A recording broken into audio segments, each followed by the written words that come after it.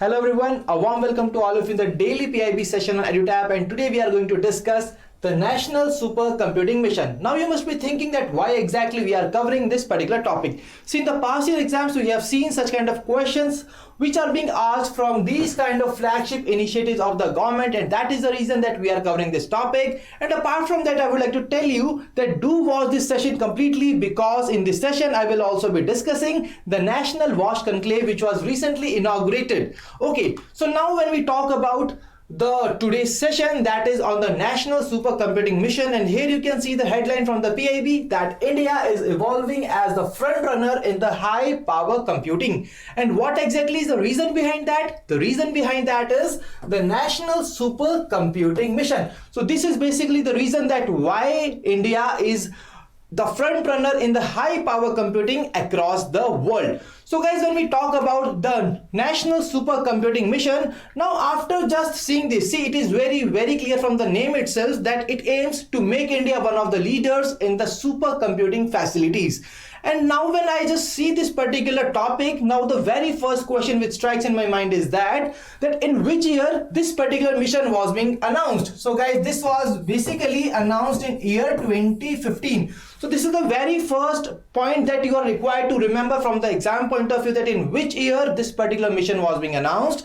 Now the second topic, the second question which comes into my mind is that which are the entities which are basically responsible for the implementation of the National Supercomputing Mission. Now guys, there must be a confusion in your mind that whether it will be the Ministry of Science and Technology or it will be the Ministry of Electronics and Information Technology. But guys, I want to tell you that this mission will be steered by the Department of Science and Technology and the Ministry of Electronics and Information Technology, but they will not be responsible for the implementation of the National Supercomputing Mission. So the entities which will be responsible for the implementation of this mission will be the Center for Development of Advanced Computing, that is CDEC Pune, and IISc Bangalore. So these are basically the entities which are responsible for the implementation of this particular mission, that is National Supercomputing Mission, which aims to make India one of the leaders in the supercomputing facilities. Okay, and now when we talk about the implementation of this particular mission, then it will be implemented with the estimated cost of rupees 4,500 crore over a period of 7 years. So guys, here you can see that this particular point is also very important from the exam point of view. First of all, the implementing entities, then the steering entities, and apart from that, the cost which will be involved for the implementation of the National Supercomputing Mission, and apart from that, the timeline is also very important from the exam point of view. Now let's move on to that what exactly are the different objectives of this particular National Supercomputing Mission, and we have already discussed that the major aim behind that is to make India one of the world leaders in the supercomputing. And this implementing the National Supercomputing Mission is really going to enhance India's capability, and it will enable the country to solve its grand challenge problems.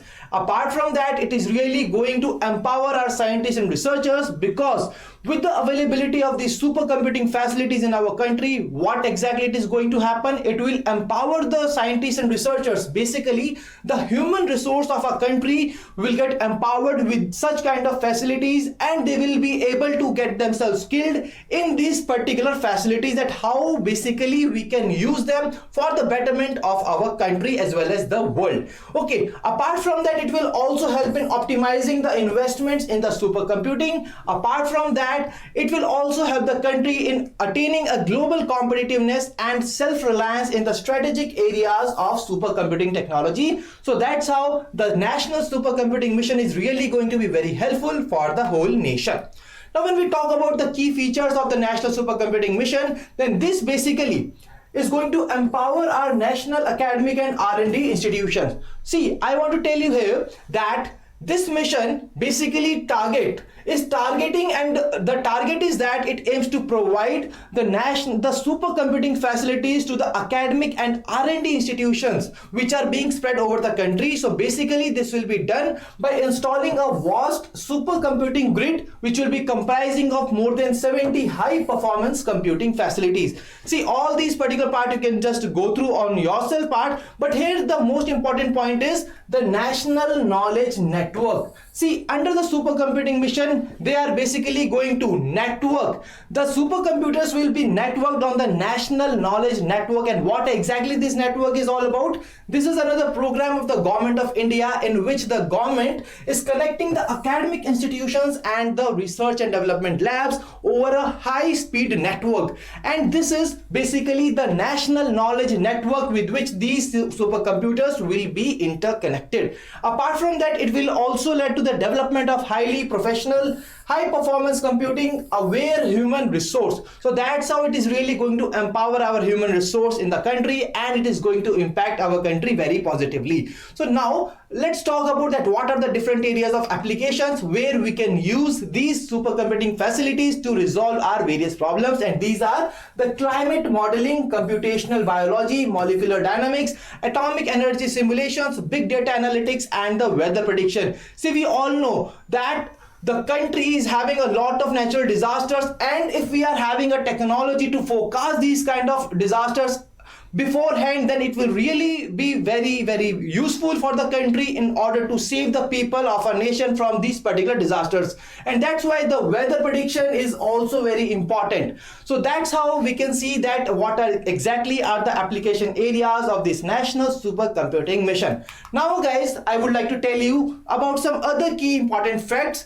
Here you can see that Param Shivaya was the very first supercomputer in India which was being assembled indigenously, and this was installed in IIT BHU, and this was followed by Param Shakti, Param Brahma, Param Yukti, and all other supercomputers which have been installed in the various different institutions. And recently on 16th of November 2020, a ranking was being released in which Param Siddhi has got the position of 62 in the top 500 most powerful supercomputer systems in the world. Now when we talk about the country which is basically having the maximum number of supercomputers in the world, then it is none other than China. And guys, that was all from this particular mission. Now let's move on to the practice question for this particular topic, that is the National Supercomputing Mission. And here the different statements are being mentioned here. What you are required to do, you are just required to identify the correct statement in relation with the National Supercomputing Mission, and then tell me the answer in the comment section. And when you will be analyzing all these statements, guys, all these statements which are being mentioned here, the first and two statements are correct, but when you will go through the third statement which says that it would be implemented with estimated cost of rupees 4,500 crore over a period of 10 years. But as per our discussion, we have discussed that it will be implemented for over a period of 7 years and not 10 years. So that means the option C is absolutely incorrect, and the right answer for the question is both option A and B. So now guys, let's move on to the next important topic of our today's discussion, that is the National WASH Conclave 2022. Here the WASH stands for Water and Sanitation Hygiene. See, we all know that a father of a nation, Mahatma Gandhi, has said that sanitation is more important than the independence, and that's why all these sanitation facilities, providing people with such kind of facilities is really very important. And that's why recently our Honorable Vice President has inaugurated the National WASH Conclave from Chennai. And guys, when we talk about that, what exactly are the key important points that you are required to remember from this particular conclave? So very first thing is the focus area of this particular conclave. So when we talk about the National WASH Conclave 2022, here you can see that it basically focuses on advancing water, sanitation and hygiene in the panchayats. And why they are basically focusing on the panchayats? The reason behind that is panchayats are at the core of providing water supply in the rural areas, and that is the reason that providing the adequate water supply, sanitation and hygiene, all these things are really very important for people which are living in the rural areas as well as they are living anywhere across the country. So that is the reason that this National WASH Conclave has been inaugurated recently. So whenever such kind of conclaves are being organized, what are the key takeaways that you are required to remember from the exam point of view? These are what are the organizing entities, what are the different targets, and what exactly are the objectives of coming up with such kind of initiatives. So when we talk about the organizing entities of the National WASH Conclave 2022, then it has been organized by the National Institute of Rural Development and Panchayati Raj, which is being established in Hyderabad in association with the UNICEF, the Ministry of Jal Shakti, Water Aid, and the Ministry of Panchayati Raj. So all these entities are basically behind organizing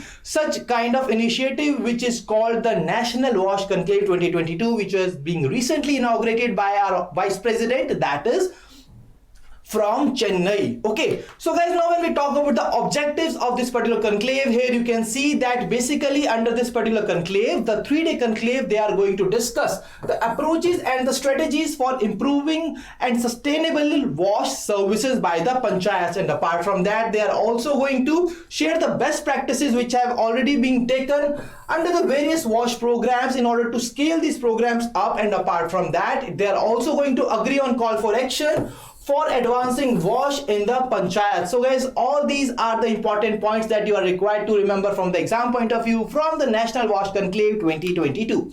Now let's move on to the question, and here in this question you are once again required to identify the correct statements in relation with the National Wash Conclave 2022. So the very first statement says it is focusing on advancing water, sanitation and hygiene at the panchayat. That is absolutely correct. The second statement is talking about the organizing entities behind this National Wash Conclave 2022. The third statement is talking about the aim, that why exactly this particular conclave has been launched. And guys, as per our today's discussion, all these statements are correct, and the right answer to this question is option D, that is all of the above. Now moving on to the Googly question from the previous session. In the previous session, the Googly question was basically based on a very important initiative taken by the government, that is the New India Literacy Program. And when we talk about the New India Literacy Program, all the points are being mentioned here, important points, and guys, all these points are absolutely correct in relation with the New India Literacy Program, and that's why the right answer is option D, that is all of the above. So kindly cover such kind of topics from the exam point of view, because they are really very important from the exam. And guys, now let's move on to the Googly question from the today's session. And guys, today the Googly question is basically based on the scheme for economic empowerment of the DNTs, that is denotified nomadic tribes. So guys, here you are once again required to identify the incorrect statement in relation with this particular scheme which was being recently released. And guys, these kind of schemes are really very important, because this scheme basically pertains to our syllabus, that is of the social justice, and that's why you are really required to remember all the key facts about this particular scheme. Now when we talk about the homework question from the today's session, from the previous session, in the previous session it was being asked that you were required to identify the district which has become the 100th district of the country to become Har Ghar Jal under the Jal Jeevan Mission. And guys, the right answer for the question was option A, that is Chamba. And here I'm really glad to see that so many comments in the comment section, and guys, I'm really glad to see your performance, and all of you have answered the question correctly.